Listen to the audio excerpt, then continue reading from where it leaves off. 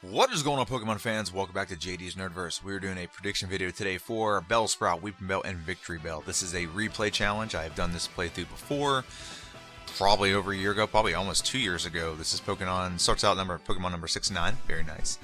And we're going to replay this. I think this Pokemon got I wouldn't say a raw deal, but I was kind of early in my playthroughs, and I found this a much better strategy that I could do with this Pokemon, so I want to give it another run, see how much better we can improve this playthrough.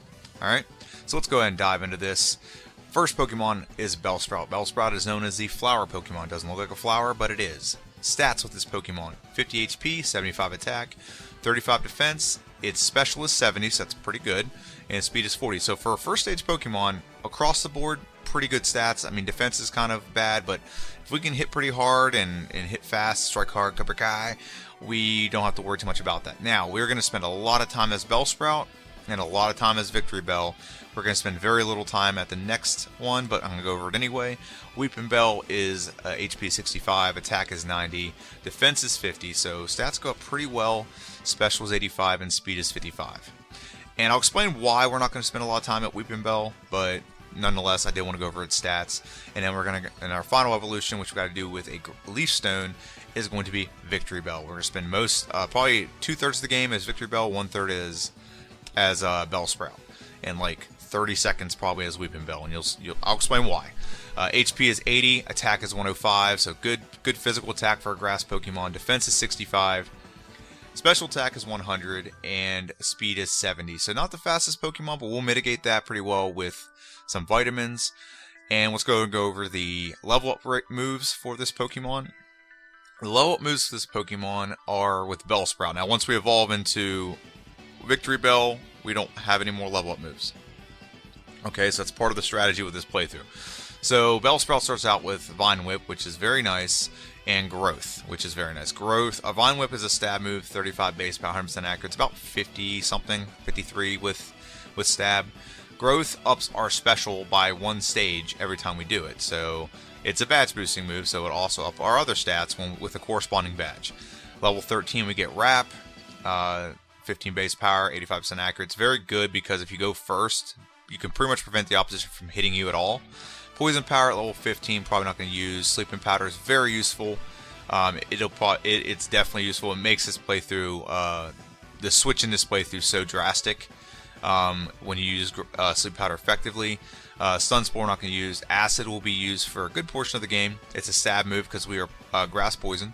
So Acid is a 40 base power, 100% accurate with stab, 60 base power move. Very accurate, very good, and decent amount of power points. And we also get Razor Leaf. Razor Leaf is a 55 base power, 95% accurate. I don't even know how much that is. That's 80 something when it comes to stab.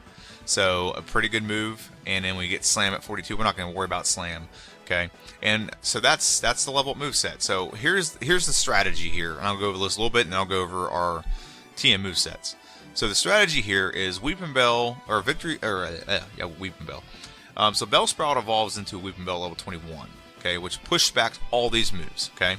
So if we just hold back all these moves, and we can get Razor Leaf, probably our most predominant grass move for most of the game, at level 33. And the way this Pokemon evolves is you have to use a Leaf Scent. So the strategy here is Bellsprout as long as possible, get to level 33. At level 33, we'll let him evolve in the Weepinbell. Now, I don't think we're going to actually play much with Weepinbell. And then when we get to Celadon City, it's probably going to happen all around the same time. So that's my plan at least. Is when we get to Celadon City, Weepinbell we probably just evolved them, maybe fought 1 or 2 battles as Weepinbell, have those slight up in stats. And then we evolve into Victreebel, and all of a sudden, all the stats get better.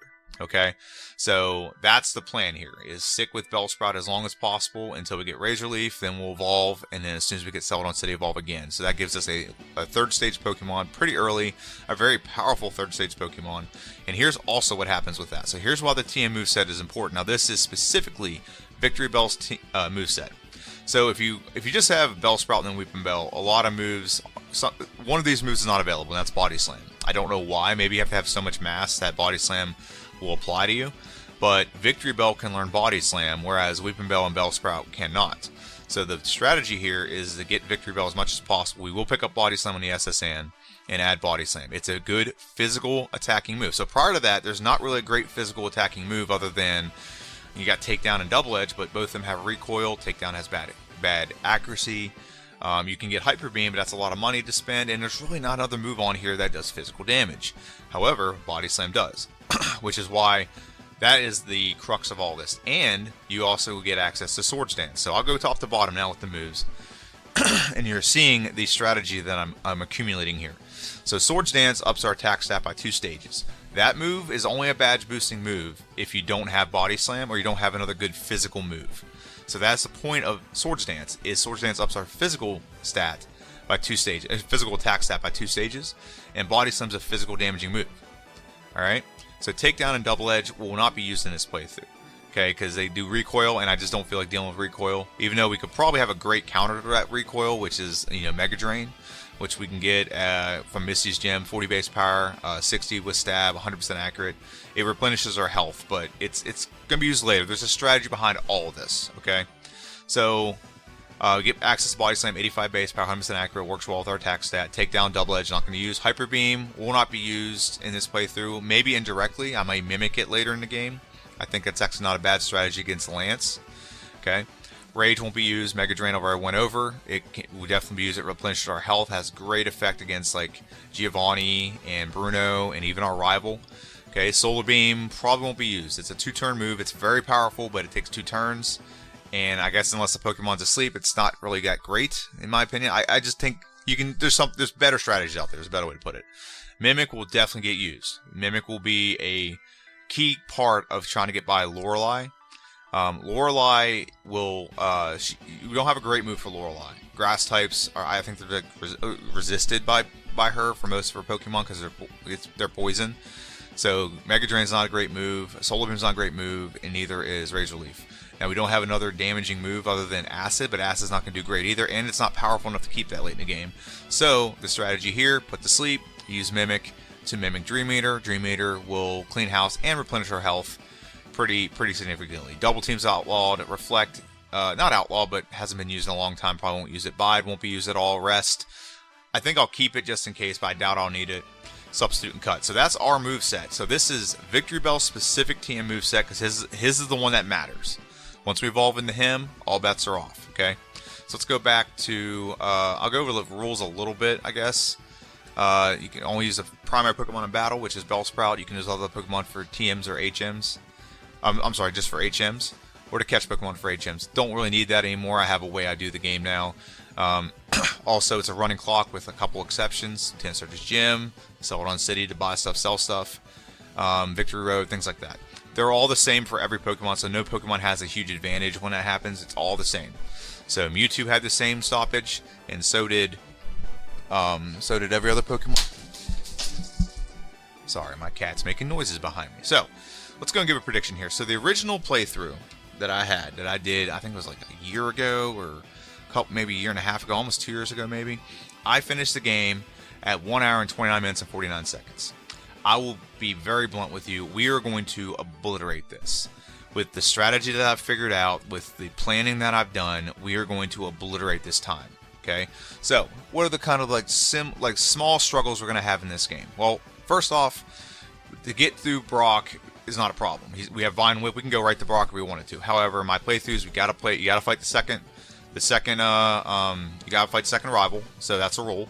So we're not going to beat our second rival with Growth and Vine Whip. We have a Pidgey, and Pidgey's going to be resisted on that. So we got to get through our rival somehow. So we're going to have to grind up to level 13.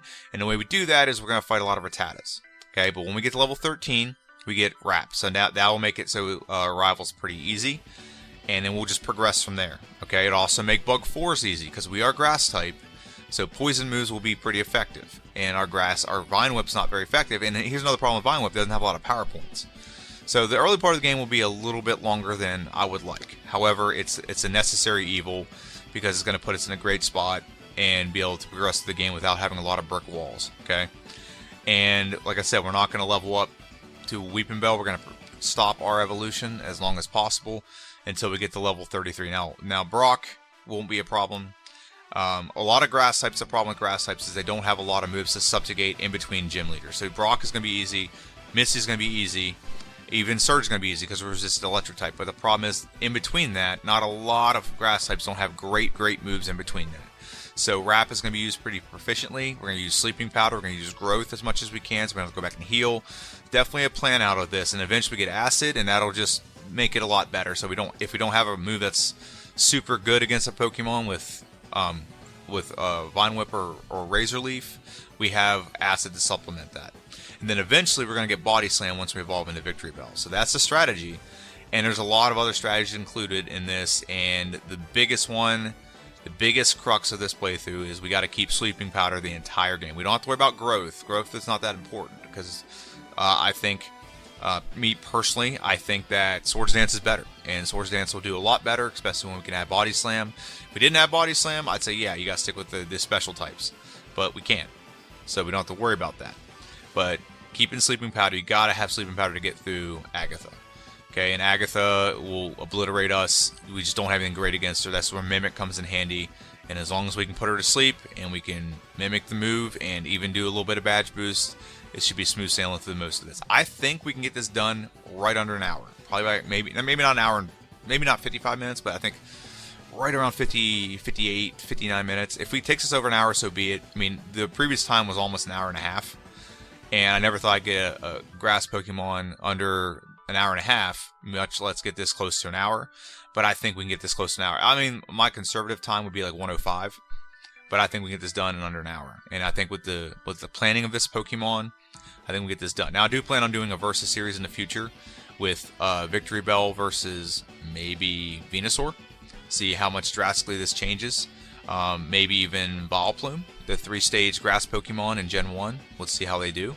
But that's my video. So down below you can see some cards. The previous card you should see is a playthrough of Poliwrath and Gyarados. Check and see who wins that one-on-one matchup, and I might actually do a couple of those as well, replays, just to see if I can optimize either one of them and make them better. I know one of them for sure can be a lot better.